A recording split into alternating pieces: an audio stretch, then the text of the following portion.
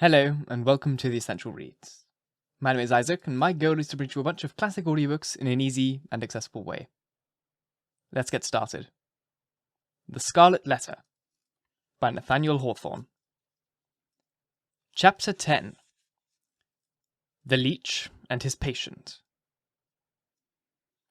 Old Roger Chillingworth, throughout life, had been calm and temperate, kindly, though not of warm affections, but ever, and in all his relations with the world, a pure and upright man. He had begun an investigation, as he imagined, with the severe and equal integrity of a judge, desirous only of truth, even as if the question involved no more than the air-drawn lines and figures of a geometric problem, instead of the human passions and wrong inflicted on himself. But, as he proceeded, a terrible fascination, a kind of fierce, though still calm, necessity seized the old man with its grip, and never set him free again until he had done all its bidding. He now dug into the poor clergyman's heart like a miner searching for gold, or rather, like a sexton diving into a grave, possibly in quest of a jewel that had been buried on the dead man's bosom, but likely to find nothing save mortality and corruption. Alas for his own soul, if these were what he sought. Sometimes a light glimmered out of the physician's eyes, burning blue and ominous, like the reflection of a furnace. Or, let us say, like one of those gleams of ghastly fire that darted out from Bunyan's awful doorway in the hillside and quivered on the pilgrim's face. The soil where this dark miner was working had perchance shown indications that encouraged him. "This man," he said at one such moment to himself, "pure as they deem him, or spiritual as he seems, hath inherited a strong animal nature from his father or his mother. Let us dig a little further into the direction of this vein." Then, after long search into the minister's dim interior, and turning over many precious metals in the shape of high aspirations for the welfare of his race, warm love of souls, pure sentiments, natural piety strengthened by thought and study, and illuminated by revelation, all of which invaluable gold was perhaps no better than rubbish to the seeker, he would turn back, discouraged, and begin his quest towards another point. He groped along as stealthily, with as cautious a tread and as wary an outlook as a thief entering a chamber where a man lies only half asleep, or it may be, broad awake, with purpose to steal the very treasure which this man guards as the apple of his eye. In spite of his premeditated carefulness, the floor would now again creak, his garments would rustle, the shadow of his presence in a forbidden proximity would be thrown across the victim. In other words, Mr. Dimmesdale, whose sensibility of nerve often produced the effect of spiritual intuition, would become vaguely aware that something inimical to his peace had thrust itself into relation with him. But old Roger Chillingworth too had perceptions that were almost intuitive, and when the minister threw his startled eyes towards him, there the physician sat, his kind, watchful, sympathizing, but never intrusive, friend. Yet Mr. Dimmesdale would perhaps have seen this individual's character more perfectly if a certain morbidness, to which all sick hearts are liable, had not rendered him suspicious of all mankind. Trusting no man as his friend, he could not recognize his enemy when the latter actually appeared. He therefore still kept up familiar intercourse with him, daily receiving the old physician in his study, or visiting the laboratory, and, for recreation's sake, watching the process by which weeds were converted into drugs of potency. One day, leaning his forehead on his hand, and his elbow on the sill of the open window that looked towards the graveyard, he talked with Roger Chillingworth while the old man was examining a bundle of unsightly plants. "Where?" asked he with a look of accents at them, for it was the clergyman's peculiarity that he seldom, nowadays, looked straight forth at any object, whether human or inanimate. "Where, my kind doctor, did you gather those herbs with such dark, flabby leaf?" "Even in the graveyard, here at hand," answered the physician, continuing his employment. "They are new to me. I found them growing on a grave which bore no tombstone, no other memorial of the dead man, save these ugly weeds that have taken upon themselves to keep him in remembrance. They grow out of his heart, and typify, it may be, some hideous secret that was buried with him, and which he had done better to confess during his lifetime." "Perchance," said Mr. Dimmesdale, "he earnestly desired it, but could not." "And wherefore?" rejoined the physician. "Wherefore not, since all the powers of nature call so earnestly for the confession of sin?" "And wherefore?" rejoined the physician. Wherefore not, since all the powers of nature call so earnestly for the confession of a sin that these black weeds have sprung up out of a buried heart to make manifest an unspoken crime? That, good sir, is but a fantasy of yours, replied the minister. There can be, if I forebode aright, no power, short of the divine mercy, to disclose, whether by uttered words, or by type or emblem, the secrets that may be buried with a human heart. The heart, making itself guilty of such secrets, must perforce hold them to the day when all hidden things shall be revealed. Nor have I so read or interpreted Holy Writ as to understand that the disclosure of human thoughts and deeds, then to be made, is intended as part of the retribution. That, surely, were a shallow view of it.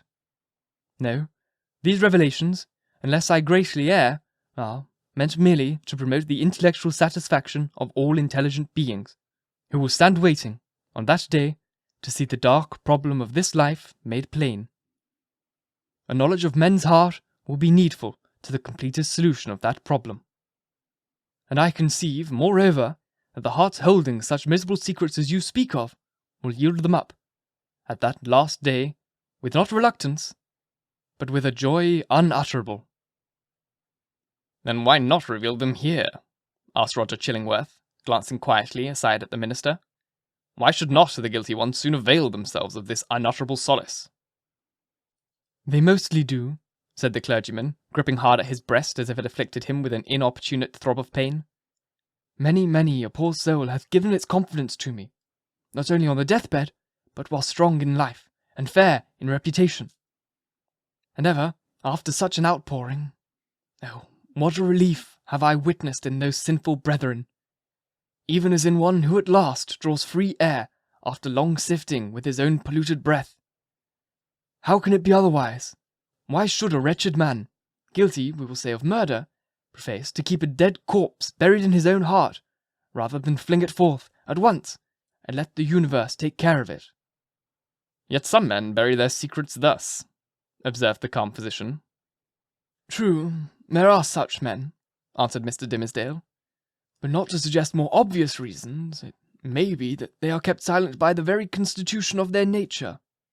Or, can we not suppose it, guilty as they may be, retaining nevertheless a zeal for God's glory and man's welfare, they shrink from displaying themselves, black and filthy, in the view of man, because, thenceforth, no good can be achieved by them, no evil of the past be redeemed by better service.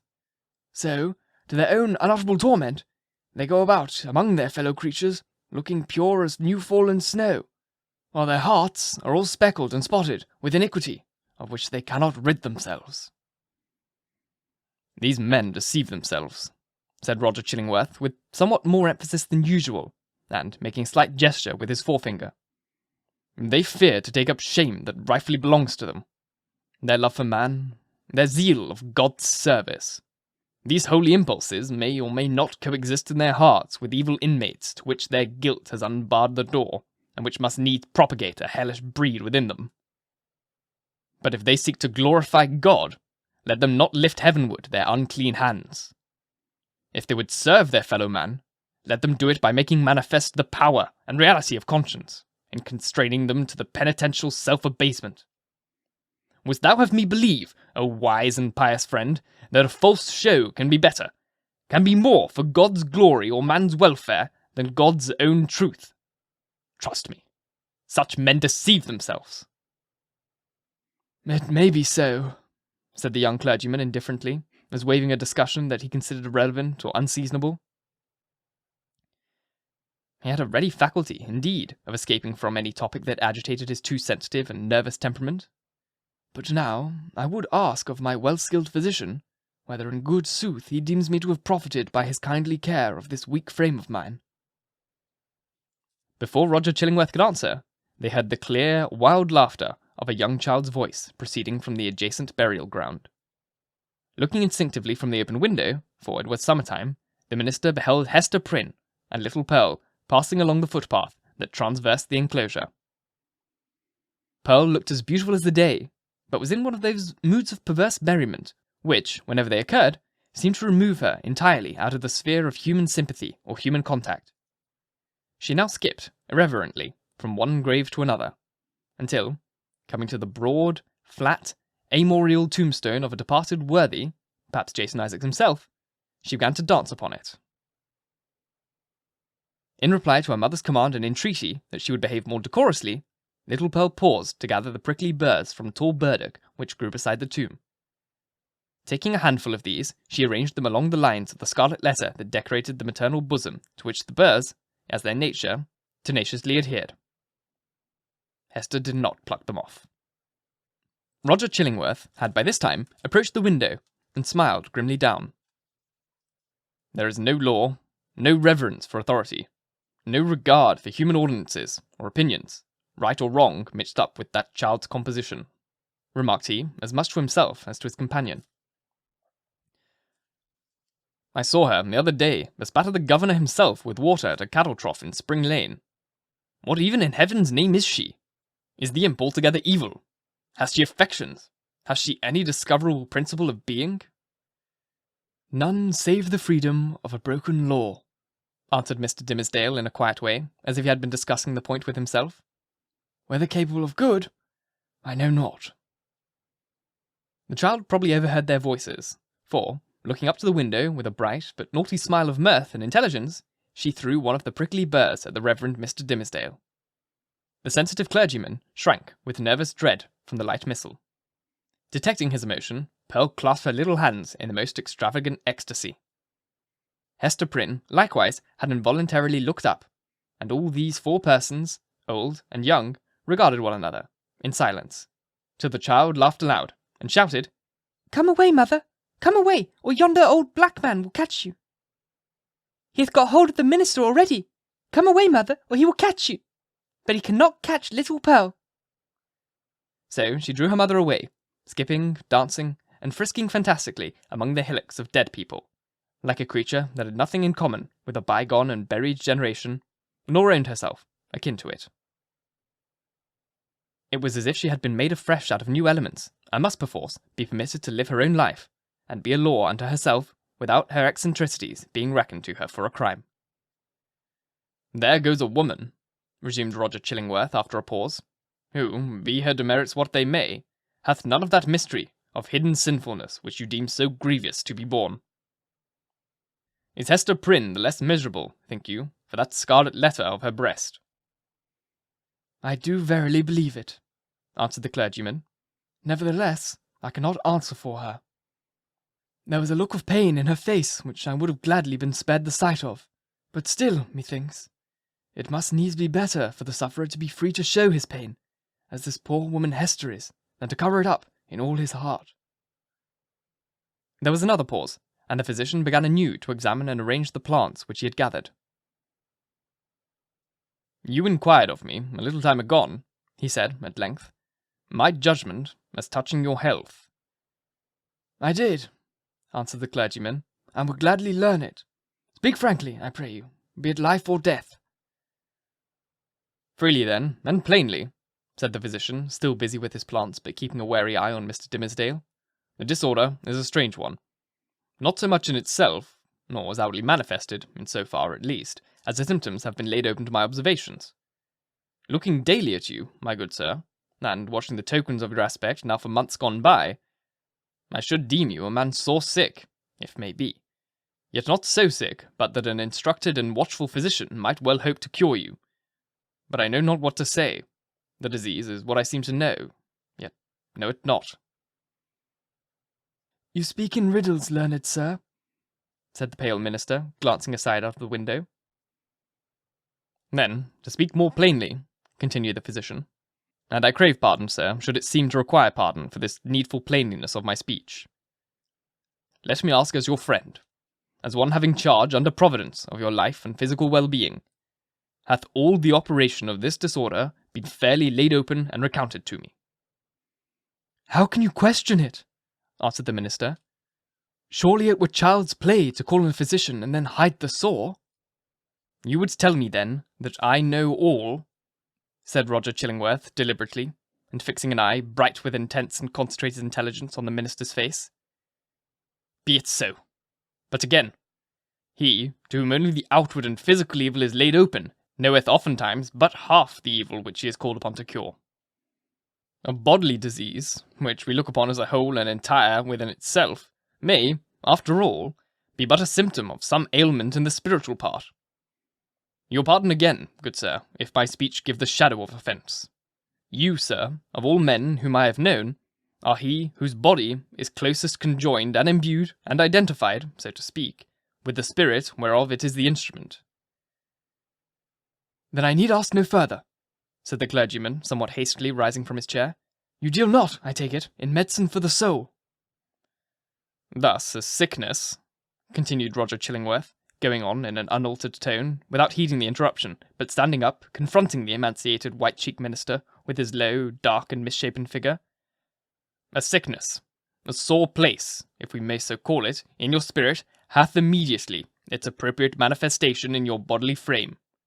Would you, therefore, that your physician heal the bodily evil? How may this be, unless you first lay open to him the wound or trouble in your soul? No, not to thee, not to an earthly physician, cried Mr. Dimmesdale passionately, and turning his eyes full and bright, and with a kind of fierceness, on old Roger Chillingworth. Not to thee, but, if it be the soul's disease, then I do commit myself to the one physician of the soul. He, if it stand with his good pleasure, can cure, or he can kill. Let him do with me as, in his justice and wisdom, he shall see good. But who art thou that meddlest in this matter, that dares thrust himself between the sufferer and his God? With a frantic gesture, he rushed out of the room. It is as well to have made this step, said Roger Chillingworth to himself, looking after the minister with a grave smile. There is nothing lost. We shall be friends again anon. But see, now, how passion takes hold upon this man, and hurrieth him out of himself. As with one passion, so with another. He hath done a wild thing ere now, this pious Master Dimmesdale, in the hot passion of his heart. It proved not difficult to re-establish the intimacy of the two companions, on the same footing and in the same degree as heretofore. The young clergyman, after a few hours of privacy, was sensible that the disorder of his nerves had hurried him into an unseemly outbreak of temper, which there had been nothing in the physician's words to excuse or palliate. He marvelled, indeed, at the violence with which he had thrust back the kind old man, when merely proffering the advice which was his duty to bestow, and which the minister himself had expressly sought. With these remorseful feelings, he lost no time in making the amplest apologies, and besought his friend to still continue, with care, which, if not successful in restoring him to health, had, in all probability, been the means of prolonging his feeble existence to that hour. Roger Chillingworth readily assented, and went on with his medical supervision of the minister, doing his best for him in all good faith, but always quitting the patient's apartment at the close of a professional interview with a mysterious and puzzled smile upon his lips. This expression was invisible in Mr. Dimmesdale's presence, but it grew strongly evident as the physician crossed the threshold. A rare case, he muttered. I must needs look deeper into it. A strange sympathy betwixt soul and body. Were it only for the art's sake, I must search this matter to the bottom. It came to pass, not long after the scene above recorded, that the Reverend Mr. Dimmesdale, at noonday, and entirely unawares, fell into a deep, deep slumber, sitting in his chair, with a large black-letter volume open before him on the table. It must have been a work of vast ability in the somniferous school of literature.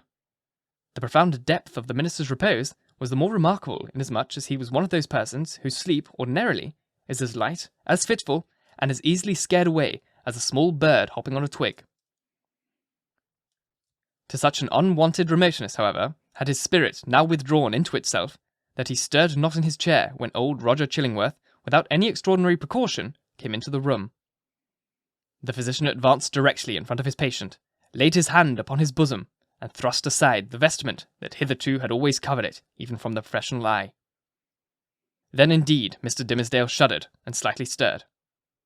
After a very brief pause, the physician turned away, but with what wild look of wonder, joy, and horror! With what ghastly rapture, as it were, too mighty to be expressed only by the eyes and features, and therefore bursting forth through the whole ugliness of his figure, and making itself even righteously manifest as the extravagant gestures with which he threw up his arms towards the ceiling and stamped his foot upon the floor. Had a man seen old Roger Chillingworth at that moment of his ecstasy, he would have had no need to ask how Satan comports himself when a precious man's soul is lost to heaven and won into his kingdom. But what distinguished the physician's ecstasy from Satan's was the trait of wonder in it. Thank you so very much for listening. If you enjoyed, please like, comment, share, all that jazz, and if you really enjoyed, do subscribe, because there's more to come. And if you're listening on podcast, please leave a review. It is the best way to help get this in front of as many people as possible, and reading your reviews really makes my day. Once again, thank you for listening, and until next time, bye-bye.